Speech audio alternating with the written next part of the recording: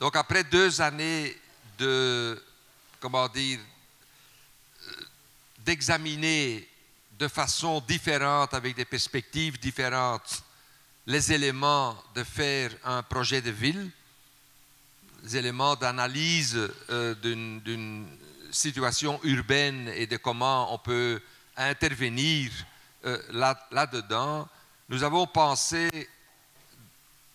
d'organiser cette 3e année comme déjà une synthèse, disons, d'une certaine façon, de ce qui a été discuté pendant 2 ans à différents lieux. Et donc, nous allons reprendre certains éléments de base d'une analyse urbaine et d'un projet urbain et de le travailler ensemble pour, en fait, avant l'été 2018, en arriver avec certains éléments clés de débat sur un ou les projets de ville à Charleroi. Ce qui pourrait aussi donc alimenter ou peut-être même augmenter la qualité du débat politique qui va avoir lieu pour les élections qui se présentent et qui devront être quand même comme point central ou peut-être marginal, le projet de ville. Que faire avec cette ville? Quelle forme de transition? Quelles sont les priorités? Et donc le programme de cette année est construit sur 6 samedis jusqu'en mai 2018 qui traiteront différents registres qui ont déjà été discutés ici et là pendant les 2 années précédentes et qui offrent en fait les différents registres de construction d'un projet de ville. On va d'abord, je vais l'introduire tantôt, parler, disons, de l'espace de base. C'est quoi quand on pense Charleroi? C'est quand même de toute façon plus que la commune ou la forme administrative. Je vais vous en dire un mot après. Puis on va parler le mois prochain sur les transitions socio-économiques, dont on a déjà discuté aussi, disons la transition post-industrielle, comment mener à bien cela. Troisièmement, on va prendre la question de l'imaginaire. Le projet se fait toujours en l'imaginant d'abord, et ça a à voir aussi avec la culture, avec l'enseignement, avec tout ce qui forme, disons, les carreaux entre eux. Et puis, on va décliner cela en urbanisme, la question de quelle planification urbaine, comment tout cela doit se placer dans l'espace pour en arriver aux questions, disons, synthétiques sur la gouvernance, les éléments de gouvernance, de comment gérer un projet de ville et finalement en essayant de décliner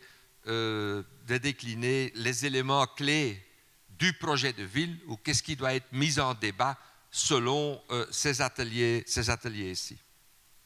Pour chaque atelier, nous avons invité un expert pour donner une introduction substantielle sur le sujet traité et puis on va se diviser en petits groupes pendant 1 heure pour fonctionner, disons, pour discuter cette question-là en essayant de répondre à 3 questions. 1. Quels sont les 2-3 projets, problèmes, dossiers importants sur la question qu'on traite pendant cette matinée? Et puis quand le groupe s'est mis d'accord à ça, on va le faire en notant sur des post-it et puis en discutant ce qui en ressort. Décliner cela avec 2 autres questions. Si on pense que c'est les projets ou c'est les problématiques centraux qui découlent de cette analyse et de ce problème, qui sont alors les acteurs qui doivent porter ce projet? D'un côté, c'est qui qu'on doit mobiliser, c'est qui qu'on doit organiser pour cela. Et deuxième question, qu'est-ce que un État local, un gouvernement local, le bourgmestre et son équipe, l'administration, peuvent/doivent faire pour faciliter pour faciliter cela.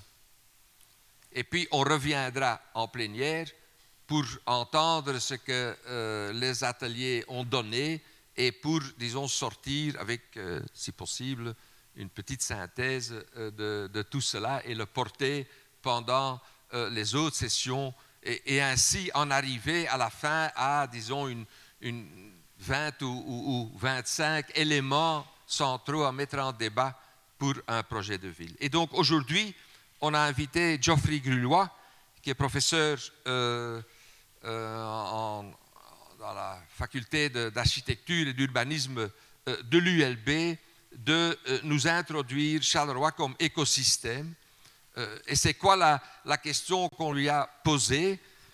Si on veut avoir un projet de ville, on doit avoir, disons, un territoire ou un registre dont on pense qu'il peut faire la différence localement, qu'on peut gérer, dans laquelle on peut faire quelque chose qui ne dépend pas nécessairement du marché mondial ou de ce que Charles Michel nous a préparé. C'est quoi la localité? C'est quoi la proximité? Comment l'analyser? Et donc, dans une approche, disons, de transition durable, il est clair qu'il faut l'examiner à partir, disons, de ce que la nature, de ce que le territoire nous offre au niveau de problèmes et au niveau de ressources aussi, naturellement. Et donc, ça, c'est un peu le problème d'aujourd'hui. Quand on élabore un projet de ville pour Charleroi, ne nous limitons pas à ce que l'État, l'administration nous a fait comme carte, mais c'est quoi la carte mentale, c'est quoi le territoire quand on parle de cela, c'est quoi la métropole peut-être, c'est quoi l'écosystème, et c'est ça la question qu'on nous pose aujourd'hui et qui va être partiellement répondue par notre orateur, mais en laissant quand même des questions ouvertes aussi pour le débat.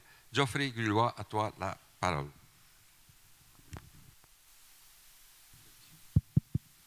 Il marche? Oui, c'est bon. Merci Eric, merci à tous. Je suis évidemment très content d'être là pour cette 3e saison de la Charleroi Academy. Je ne vais pas répondre aux questions, comme Eric l'a dit. Je pense que c'est important que dans les débats qu'on aura après, vous connaissez tous beaucoup mieux que moi Charleroi, qu'on aborde tous ensemble cela. Ce que je vais essayer de faire pendant les 40 minutes que j'ai, c'est plutôt d'essayer de mettre le contexte de ce qu'on entend par écosystème territorial, si je puis dire, essayer de quelques éléments de réponse. Alors j'ai structuré la présentation en 4 parties, j'espère que j'aurai le temps d'aborder les 4. Dans la première, j'essaierai d'amener quelques éléments plus théoriques pour qu'on s'entende bien ce sur quoi on parle. Ensuite, j'essaierai de parler peut-être de ce qu'on entend pour le moment comme le territoire du Grand Charleroi, un élément que Eric a mis en avant. Et puis je mettrai ensuite 2 pistes peut-être qui ne sont pas des réponses, mais qui peuvent apporter quelques éléments.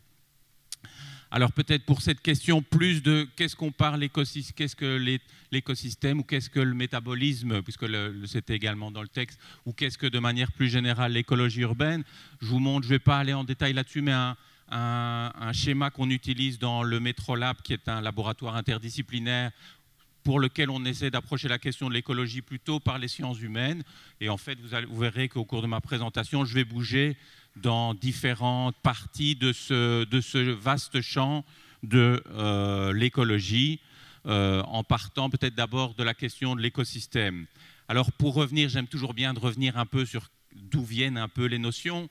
La question de l'écologie des écosystèmes, en gros, en bref, je dirais, a été mise en place par Eugène Odum, un écologiste qui était biologiste au départ, américain dans les années 50, et qui, alors je vous montre une illustration, le premier issu d'un de ses textes, alors malheureusement c'est un peu flou, mais qui comparait pour la première fois, je dirais, une ville que vous voyez ici, un lac, donc les 2 écosystèmes, vous voyez ici Et alors la manière dont il le faisait essentiellement, c'est en regardant ce qu'il y a comme input et comme output. Vous voyez ici le lac où en gros on amène de la lumière, aucune énergie fossile, un peu de la matière organique, de l'eau évidemment, et on a essentiellement de l'évaporation. Et puis la ville, au contraire, dans laquelle on a à côté de ça la même quantité de lumière, mais une quantité d'énergie fossile gigantesque, une quantité de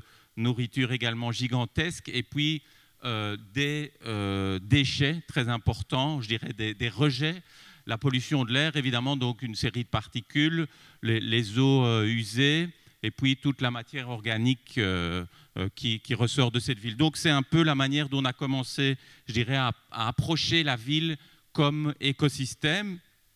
Un scientifique, disons, belge, qui a été très influencé par ça, et qui est un peu, je dirais, qui reste un peu le père de la pensée écosystémique en Belgique, c'est Paul Duvigneau, qui, alors je vous montre un extrait de sa carte, il a plus travaillé sur Bruxelles que Charleroi, mais on verra après qu'il a travaillé un peu sur Charleroi, et qui, le premier, je dirais, essaye d'élargir un peu la pensée d'Odum en prenant en compte beaucoup plus de flux, je dirais, entrant et sortant dans le territoire. Vous voyez ici, en gros, la coupe de Bruxelles, hein, vous voyez la coupe dans la vallée avec le canal ici, l'Est et l'Ouest, et puis en gros, vous avez l'ensemble des éléments entrants et des éléments sortants qui font l'interaction de la ville avec son territoire et avec la biosphère de manière générale. Évidemment, la conclusion est un peu la même, beaucoup je dirais, d'énergie fossile consommée et beaucoup de rejets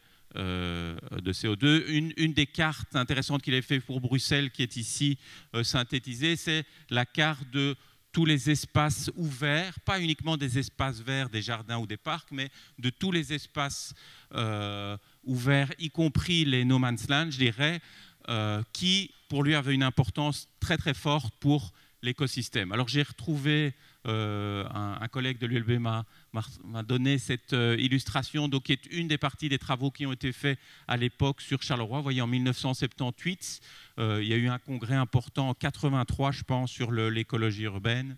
Ici, et donc, qui est ici le cycle, l'analyse du cycle du carbone sur le territoire. Alors, on voit du Grand Charleroi, ce qui est quand même très intéressant. Donc, on prend en compte déjà cette notion du Grand Charleroi. Avec, vous le voyez, on sent là aussi une sorte de coupe, hein, où on a ici, je dirais plutôt la ville, le centre-ville, disons, et puis vous avez l'ensemble du territoire. Et donc là, on voit l'ensemble du carbone qui est introduit, qui est rejeté, mais aussi les stocks, je dirais, de carbone, etc., les terris, etc. Donc tout ça est inclus dans une pensée écosystémique globale, ici uniquement pour le cycle du carbone. Alors, le métabolisme urbain vient au départ d'un académique américain ou d'un ingénieur qui va, lui, essayer de quantifier pour une ville d'1 million d'habitants. On est dans une ville donc beaucoup plus grande. Et donc de voir, vous voyez ici toutes les entrées de matière et toutes les sorties de matière pour cette ville théorique d'1 million d'habitants, mais c'est basé, je dirais, sur les statistiques de l'époque. On est là en 1965. Vous voyez ici la quantité gigantesque, donc ça représente par cube en fait la quantité gigantesque d'eau, évidemment, dont a besoin cette ville, de nourriture, et puis de tous les types d'énergie que vous avez ici, le charbon, l'essence, le gaz naturel, et à nouveau tous les rejets liés à cette énergie, ainsi que l'eau usée. Donc ça permet à nouveau de voir cette quantité-là.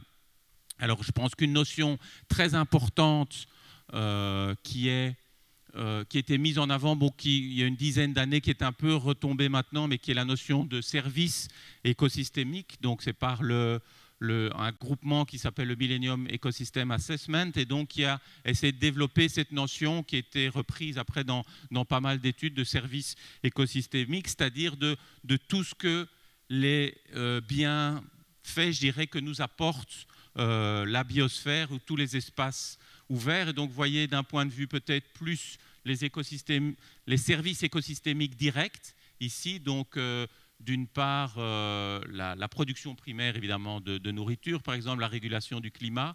Vous voyez ici l'approvisionnement à nouveau en nourriture, en eau fraîche, mais également des choses culturelles. Mais donc là, ce qui est intéressant avec cette notion, c'est qu'elle va au-delà de l'espace vert comme espace de loisirs et qu'elle essaye d'inclure ça dans une notion plus large qui interagit évidemment avec le bien-être, je dirais, de la population que vous voyez à droite ici.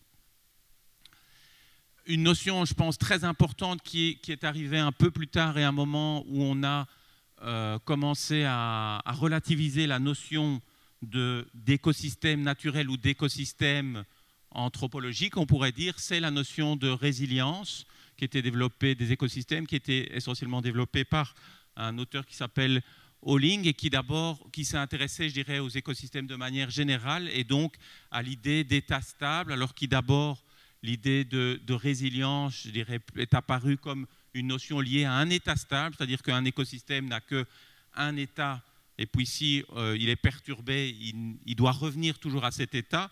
Dans la notion de résilience écologique, l'idée est la plus complexe, avec l'idée qu'il y a plusieurs états de stabilité, donc ça est d'une certaine manière représenté par les schémas que vous voyez là, où en gros un écosystème, et donc par exemple Charleroi, je dirais dans les années, au moment, je dirais, de la production minière, etc., qu'on pourrait concevoir comme un écosystème qui tout d'un coup subit une crise parce qu'on perd de l'emploi, parce qu'il n'y a plus de demande de charbon, etc., peut arriver à un autre état d'équilibre qui n'est pas nécessairement l'état d'équilibre qui était dans les années 50. Et donc, l'intérêt, évidemment, c'est de se dire qu'il y a une possibilité toujours de retrouver un autre état qui n'est pas du tout celui précédent et donc de ne pas avoir une vision rétrospective, mais plutôt, je dirais, prospective sur l'évolution de l'écosystème.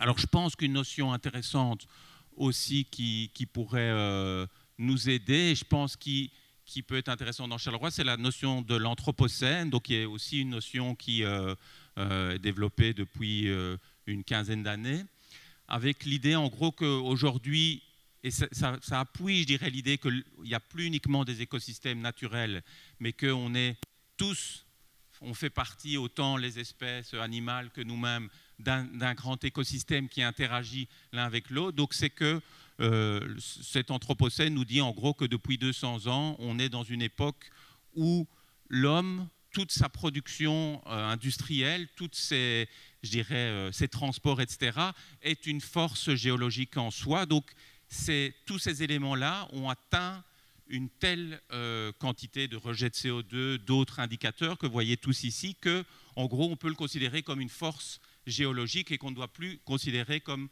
d'une part, la Terre, et puis nous, hommes, dont je dirais, l'action est infime par rapport à notre Terre, au contraire. Et donc, vous voyez sur tous ces indicateurs, en gros, que depuis qu'ils commencent toujours à 1750 et qui se terminent à l'an 2000, la progression gigantesque d'un de ces éléments. Alors, on peut prendre, on ne va pas tous les revoir, mais donc, vous voyez évidemment le CO2 avec la croissance exponentielle de rejet de CO2 dans l'atmosphère. Qu'est-ce qu'on peut regarder là ?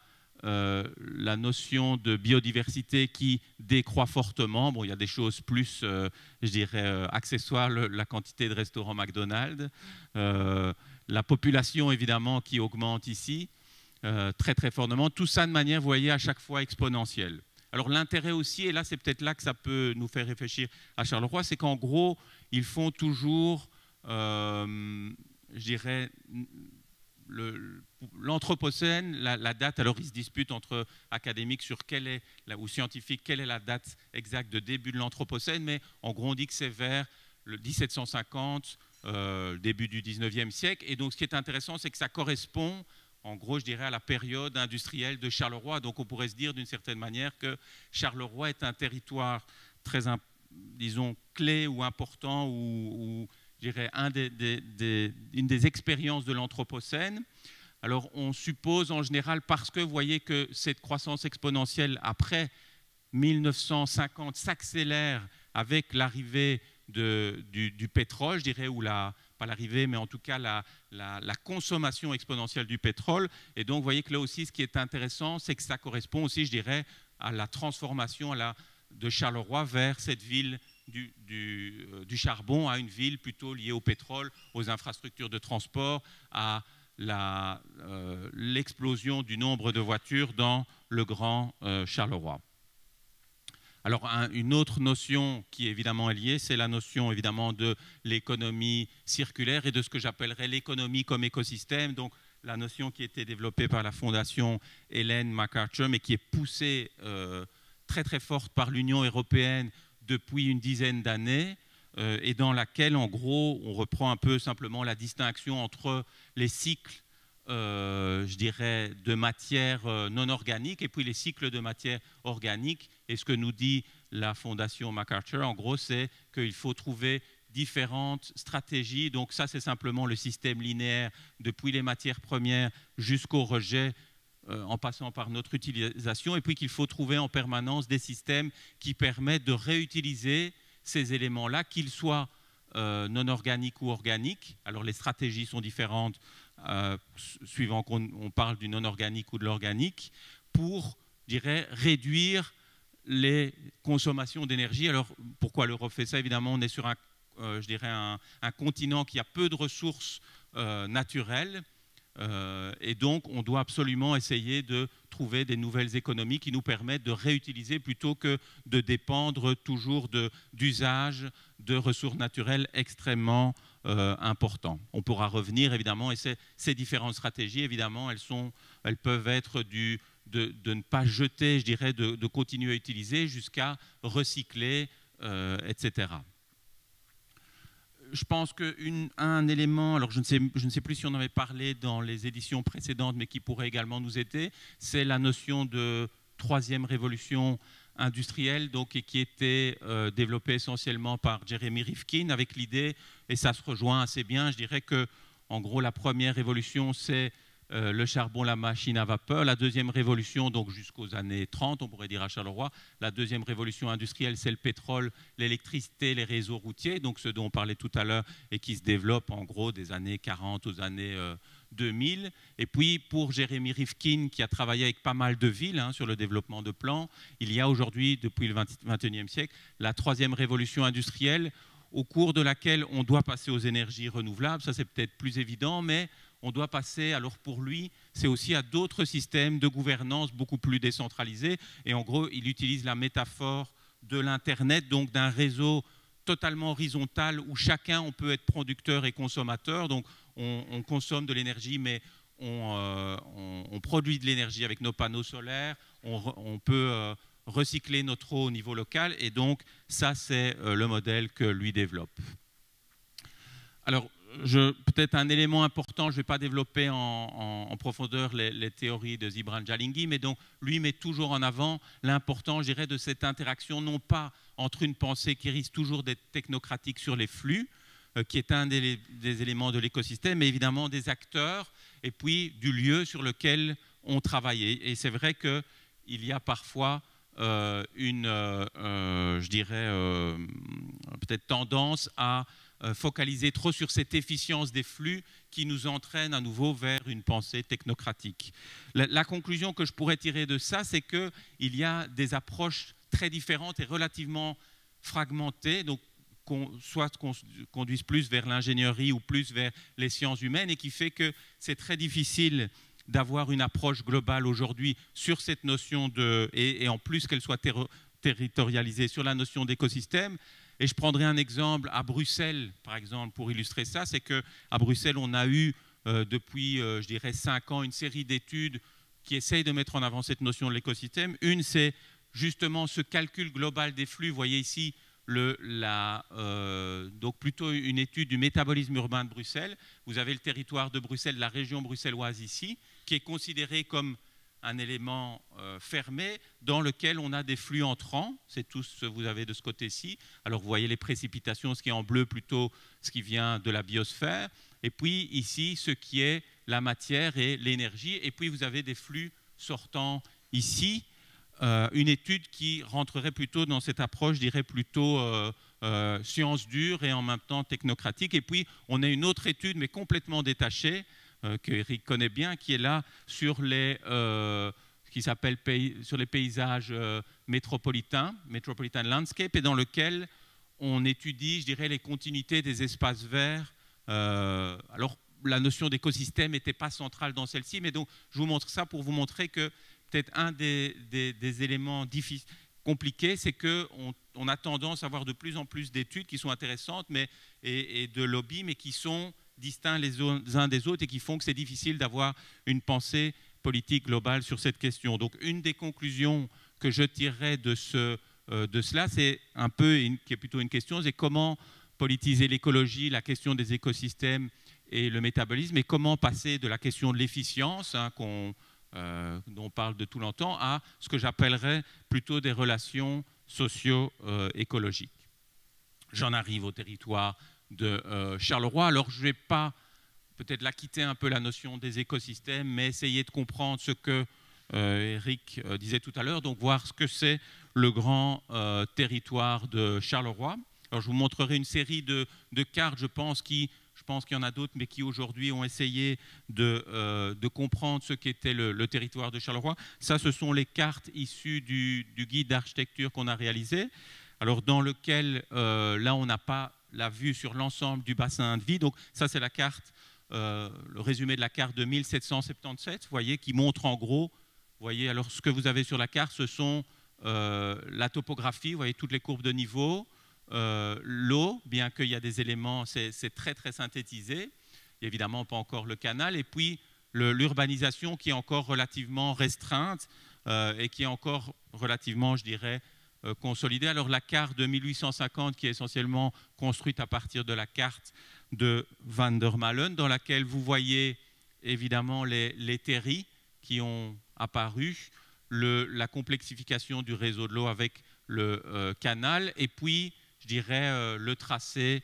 des chemins de fer qui est venu s'imposer sur le territoire, et évidemment l'urbanisation qui a progressé, qui fait qu'on voit progressivement, on n'a plus uniquement une série de hameaux et un centre urbain, mais au contraire une urbanisation très dispersée, pour le moment essentiellement sur le nord, puisque l'industrialisation se passe plutôt dans cette partie-là, je dirais à l'époque. Et puis la carte contemporaine, je dirais... dans laquelle vous voyez le niveau d'urbanisation a augmenté extrêmement fort, et on rejoint peut-être une notion, je sais, qui était chère à Eric, de la métropole horizontale que Paola Vigonor avait amenée, donc en mettant en avant d'une certaine manière que Charleroi effectivement n'est pas uniquement ceci, alors c'est certainement le centre, mais c'est aussi tout ceci, et on verra encore dans les cartes suivantes que c'est encore plus large, donc une sorte d'urbanisation extrêmement large et peu dense, et en même temps, vous voyez la construction des différents réseaux qui permettent de se connecter ce territoire. Le R3, évidemment, la dorsale wallonne, et puis, je dirais, alors ce qui est intéressant, on a laissé, vous voyez, le réseau de vicinal et de chemin de fer, malheureusement, qui a été supprimé, et puis vous avez le métro ici. Donc voilà ce que ça donne si on met la carte. Alors, ce que je n'avais pas sur les couches précédentes, c'est évidemment tout le substrat vert, je dirais tous les écosystèmes naturels, évidemment, qui sont très importants vu la densification relativement faible. Alors, je vous montre une autre carte importante, je pense, pour la discussion, qui est le plan d'intensification urbaine et paysagère de Charleroi, qui a été développé par le Baumeister et pour lequel je ne pourrais pas, je dirais, ce serait mieux que Georgios explique lui-même, mais en gros, qui, comme on le voit assez clairement, suggère de plutôt concentrer l'urbanisation dans certaines poches et de garder des ouvertures vertes très importantes, ce qu'on a encore quand on regarde cette photo aérienne, je dirais, où on voit que certaines poches reviennent relativement proches, je dirais, du centre. Alors, je montre une autre carte maintenant qui est disponible sur Internet, sur le site de Bure, et qui est les premières représentations du bassin de vie de Charleroi, donc qui rassemble les 29 communes. Et la question pourrait être posée, est-ce que c'est ça l'écosystème de Charleroi?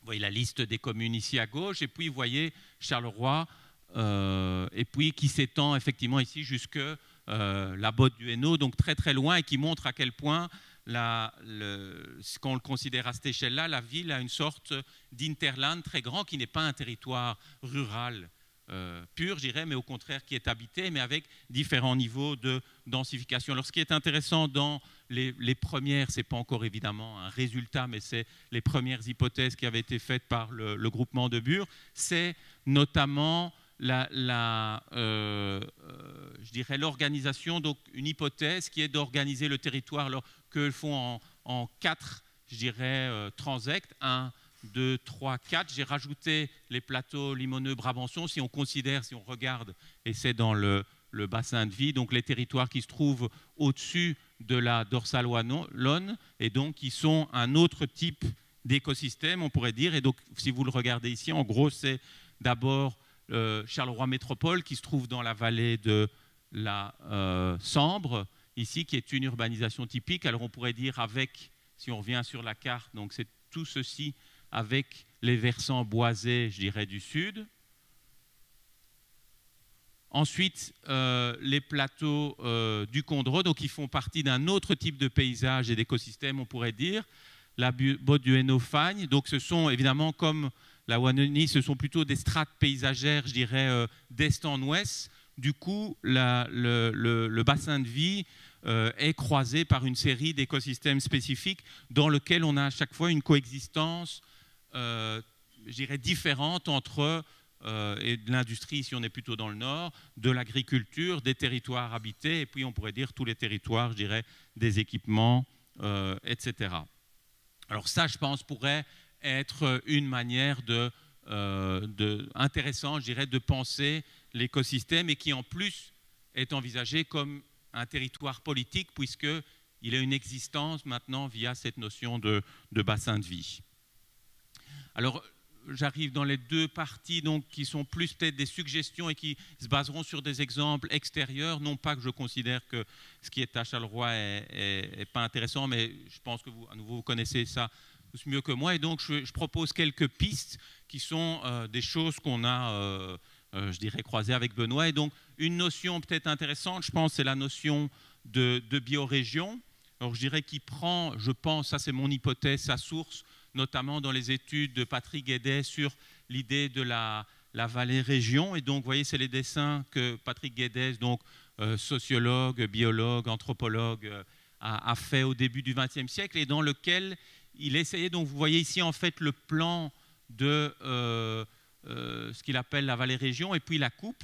Et en gros, il associe le territoire à certains types d'habitants, je dirais, de population et à certains types de métiers. Alors, c'est plutôt dans une vision traditionnelle. Vous voyez ici les miniers tout en haut, les chasseurs, je dirais les fermiers, etc. Et puis jusqu'aux pêcheurs ici. Et donc, son idée, c'est qu'il y a toujours une attache. Alors, c'est une vision très nostalgique d'une certaine manière, mais avec cette hypothèse qu'on doit retrouver un lien entre le territoire et les différentes manières d'habiter. Ça, c'est la vue en perspective qu'il faisait. Donc, vous voyez, depuis la mer, cette vallée région, je dirais, dans laquelle on a les différents établissements humains, et ça doit être vu, il n'utilise pas encore la notion d'écosystème, mais d'une certaine manière, on pourrait penser comme un grand écosystème où on est tous, je dirais, on interagit tous. Alors, ça peut être rejoint d'une certaine manière par le dessin de Duvigneau, je dirais, le schéma de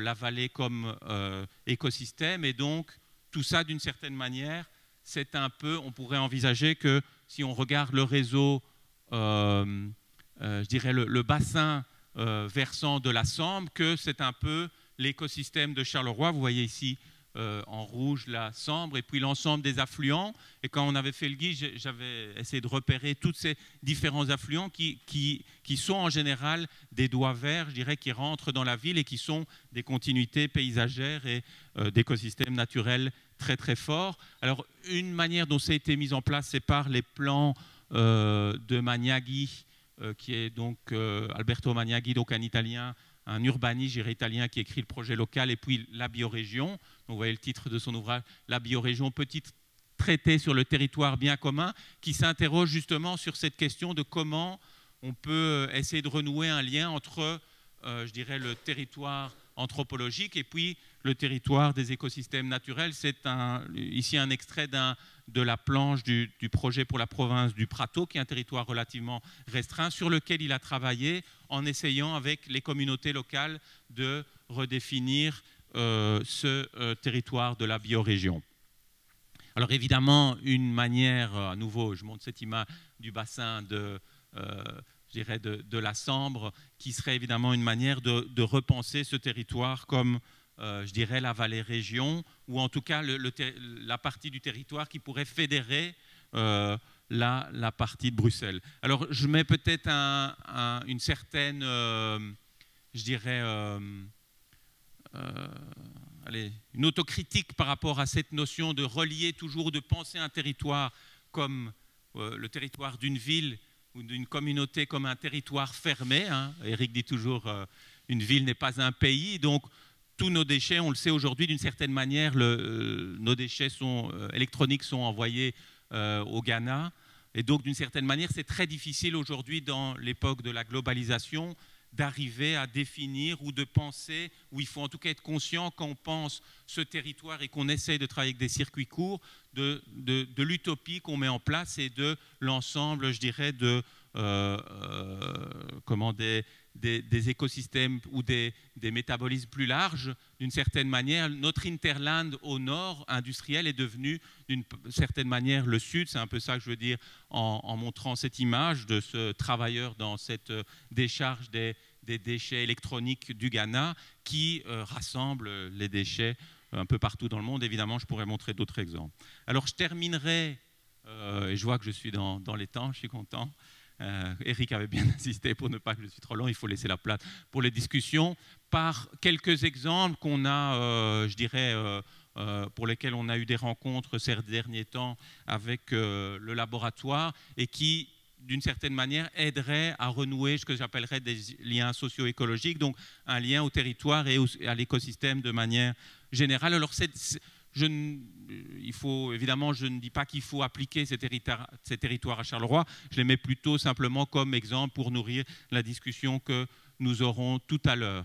Alors, une paysagiste qu'on a rencontrée à New York il y a quelques semaines et qui est passionnante, qui s'appelle Kate Orff, et donc qui a travaillé par exemple là, mais elle travaille sur l'écologie urbaine de manière générale et elle essaye de remettre en place des écosystèmes. Et ce qui est très intéressant, c'est qu'elle ne se positionne pas comme une paysagiste traditionnelle qui ne travaille que sur le territoire, je dirais, de l'écosystème naturel, mais que la composante, la manière dont ces écosystèmes peuvent renouer ou retisser des liens sociaux est extrêmement importante. Un projet là très utopique, mais très intéressant, qui s'appelle en anglais donc Oyster Architecture, donc l'architecture des huîtres, où elle propose en fait pour, je dirais, redéfinir ou essayer de redéfinir un écosystème qui permet de nettoyer, entre guillemets, les eaux autour de Manhattan, de remettre en place une culture d'huîtres. Alors, ce n'est pas un truc totalement imposé. New York avait une culture d'huîtres très importante qui s'est arrêtée dans l'histoire avec l'industrialisation. Et donc, elle propose de remettre ça en place. Alors, pas simplement pour manger dans des restaurants luxueux l'huître, mais simplement comme élément où chacun pourrait participer à ça. Et en gros, c'est très utopique certainement, mais c'est une série, vous voyez, de piliers dans la baie de New York, dans laquelle on établit des tissus sur lesquels vont venir pousser ces huîtres. Alors il y a un autre endroit dans lequel on les fait d'abord, je dirais, croître, et puis elles viennent s'installer là. Et donc la propriété qu'elle a trouvée, c'est qu'elles permettent de nettoyer les eaux. Donc pendant un certain nombre de décennies, elles ne pourraient pas être mangées parce qu'elles vont être trop polluées et qu'elles vont servir à nettoyer les eaux de la baie. Mais ensuite, elles permettraient de retisser et éventuellement de créer un circuit court dans la baie de New York. Alors un autre exemple, je pense qu'on a tous en tête et qui a certainement déjà été discuté à Charleroi, c'est évidemment Hampshire Park, donc ce parc dans la Ruhr, donc un ancien site industriel très lourd qui était rénové, je dirais, ou rétabli en un système écologique vert d'une part. Donc il y avait une nature présente là qui s'était implantée depuis la fin de l'activité industrielle, qui dans certains cas est une nature qui doit servir à dépolluer les sols évidemment, et puis qui est aussi un lieu pour reconstruire de nouveaux habitats, de nouvelles économies, je dirais, donc un lieu partagé qui était plutôt un lieu, je dirais, qui n'était pas nécessairement vu comme positif et qui est devenu comme de manière très positive et qui était un lieu d'investissement pour l'Allemagne très important pendant une dizaine d'années. Alors je montre un autre exemple qui ne pourrait pas s'appliquer tel quel, mais qu'on a visité il y a aussi quelques semaines autour de New York, qui est en fait l'ancienne décharge. Et je montre un peu cet exemple pour montrer que cette distance entre territoire naturel, territoire artificiel, et puis écosystème naturel, écosystème artificiel, de plus en plus difficile. C'est en gros la décharge historique de New York qui est située sur Staten Island, donc, qui est un peu le territoire, je dirais, le moins central de New York, donc une île au sud. Et c'est une décharge gigantesque, vous voyez, 890 hectares, qui occupait ceci, qui était désaffecté en 2001, et puis juste la dernière utilisation dont on a fait, c'était les déchets, je dirais, de béton des Twin Towers qui ont été détruits dans l'attentat. Donc c'est un site gigantesque, beaucoup de pollution, donc de déchets ménagers, donc ça veut dire etc. Et donc il y a un projet, je pense que le concours a été organisé en 2005 environ, pour voir ce qu'on pourrait faire et pour la transformer. Et donc la décision a été prise d'en faire un parc gigantesque, donc c'est un parc métropolitain, non pas dans le centre, mais très très loin, mais gigantesque, et dans lequel en gros on va avoir un parc alors très artificiel. Ce qu'on fait simplement, c'est sur ces déchets, on met une couche, une bâche, je dirais imperméable, parce qu'évidemment le territoire est toxique, les eaux ne peuvent pas s'infiltrer, sinon elles vont être complètement, je dirais...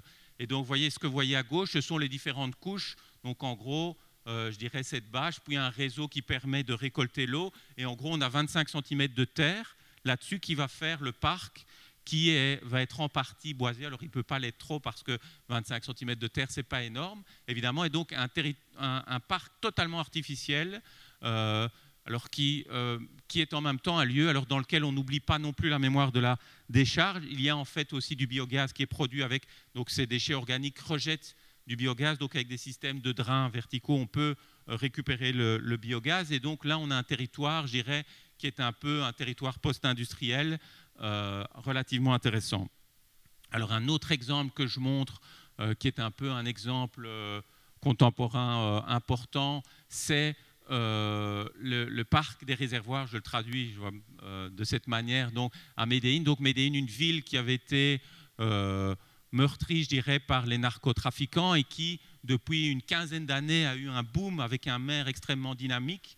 Et donc une des actions clés qui était là à Medellín, c'est de transformer ces infrastructures qui étaient des réservoirs situés sur le haut des collines, donc qui étaient totalement fermés, des territoires totalement fermés, qu'on a ouverts au public, qu'on a transformés en parcs, qui sont souvent les arrêts, alors on ne le voit pas ici, mais d'un téléphérique qui a été reconstruit. Et donc, c'est un peu une manière de montrer que ces infrastructures, je dirais, du métabolisme urbain, elles ont un intérêt souvent à être montrées à la population pour que tout un chacun puisse se rendre compte de ce que ça veut dire une ville.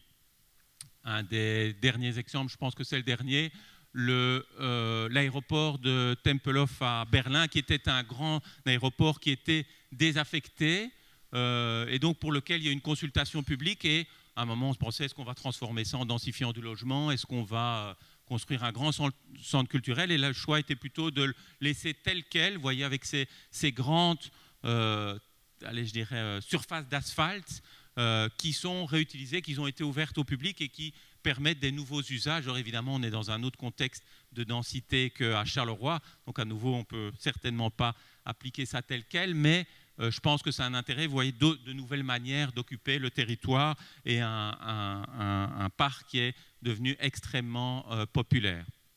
Alors j'ai encore quelques exemples. Je montrerai, je pense, cette carte qui a été produite par Basmet dans le cadre de l'exposition qu'il avait fait et qui donne une image à partir d'une nouvelle lecture et donc du Ravel, je dirais, qui ondule entre les terris situés au nord, et donc cette idée d'avoir une autre lecture du Charleroi qui est plus nécessairement uniquement celle-ci, qu'on a évidemment tous en tête, de la ville consolidée, mais de quelque chose de beaucoup plus large dans lequel on peut partager. Donc, ce n'est pas simplement en termes de fonction que je le mets en avant, mais plutôt d'une lecture symbolique. Dans le cadre de Bruxelles, Eric avait proposé cette nouvelle lecture du Pentagone qui a été très, très importante. Un autre projet peut-être qui lui met en avant cette idée de circuit court comme nouvelle relation socio-écologique qu'on a visité avec Benoît il y a aussi quelques semaines à Brooklyn, qui est ce plus grand potager urbain situé sur une toiture, vous voyez, qui fait environ 10 000 mètres carrés. et qui est donc géré par une association. Alors l'intérêt, je sais qu'il y a des projets similaires à Charleroi, ce n'est pas uniquement de produire ça, mais c'est qu'il y a, alors j'ai noté donc 17 000 jeunes qui visitent ça chaque année, que les travailleurs sont des travailleurs locaux qui viennent de Brooklyn, qui est une ville en, je dirais, en gentrification, mais qui a encore une population extrêmement fragilisée, en partie en tout cas, et puis que ça dessert les restaurants locaux. Donc tout ça n'est pas d'une grande rentabilité, mais par contre est hyper intéressant en termes de dynamique socio-économique et de liens socio-écologiques. Voilà, j'en ai terminé là. Je n'ai pas vraiment de conclusion parce que je pense qu'il faut laisser ouvert aux discussions. Merci.